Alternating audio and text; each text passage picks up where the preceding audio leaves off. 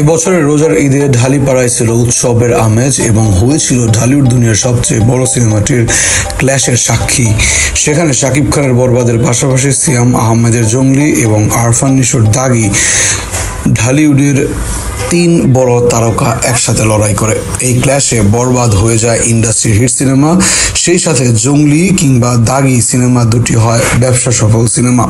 তবে আগামী বছর ঈদেও আসতে পারে একই রকমের আরও বড় ধামাক্কার কিছু সিনেমা। ইন্ডাস্ট্রি হিট সিনেমার নির্মাতা মেহেদী হাসান হৃদয় রিয়েল এনার্জি প্রোডাকশন হাউস থেকে আবারও আসছেন, তবে এবার ঢালিউড পাড়ার অন্য নায়ক সিয়ামকে নিয়ে আসতে চাচ্ছেন।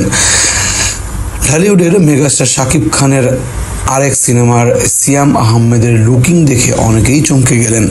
মেহেদী হাসান হৃদয় এবার সিয়ামকে এমনভাবে উপস্থাপন করার দৃঢ় সংকল্প যে যা কেউ আগে কল্পনাও করতে পারেননি।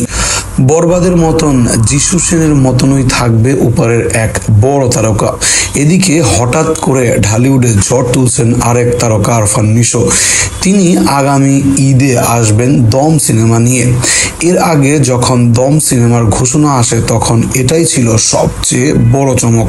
শুরুতেই কথা হয়েছিল এই সিনেমায় থাকবেন দুই বাংলার জনপ্রিয় তারকা চঞ্চল চৌধুরী। এবার এখানে থাকবেন আরফান নিশো। নায়িকা হিসেবে থাকতে পারেন জয়া হোসেন। নিশো এবং চঞ্চল প্যারাল লিড। আলফা এই চুরকির সবচেয়ে বড় ধামাক্কার প্রজেক্ট এটি।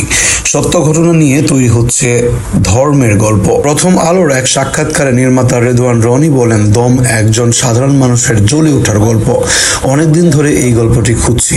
চরকিতে এমন এক শক্তি রয়েছে যা দর্শকের জীবনে অনুপ্রেরণা দেবে।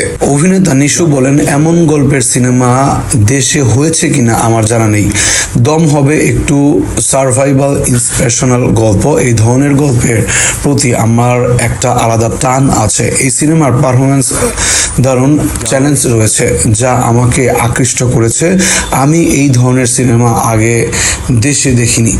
চঞ্চল চৌধুরী বলেন, দমের গল্প অসাধারণ। এই ধরনের গল্পে কাজ আগে করা হয়নি আমার মনে হয় দর্শকরাও চমকে যাবেন। তবে যে সিনেমার জন্য সবচেয়ে বেশি আগ্রহ ঢালিপাড়ার সিনেমায় প্রেমী মানুষদের, সেটি হচ্ছে কালা জাহাঙ্গীরের বায়োপিকে শাকিব খান। এর চেয়ে ইন্টারেস্টিং ক্যারেক্টার হয়তো বা ঢালিউড সুপারস্টারের সিনেমা ইন্ডাস্ট্রিতে আর নেই। সেই সাথে সবচেয়ে বড় বাজেটের সিনেমা এটি। যদি কাস্টিং এ পিচ্চি হান্নানের চরিত্রে মোশাররফ করিমকে যুক্ত করা যায় তাহলে সিনেমা হবে জমেখির।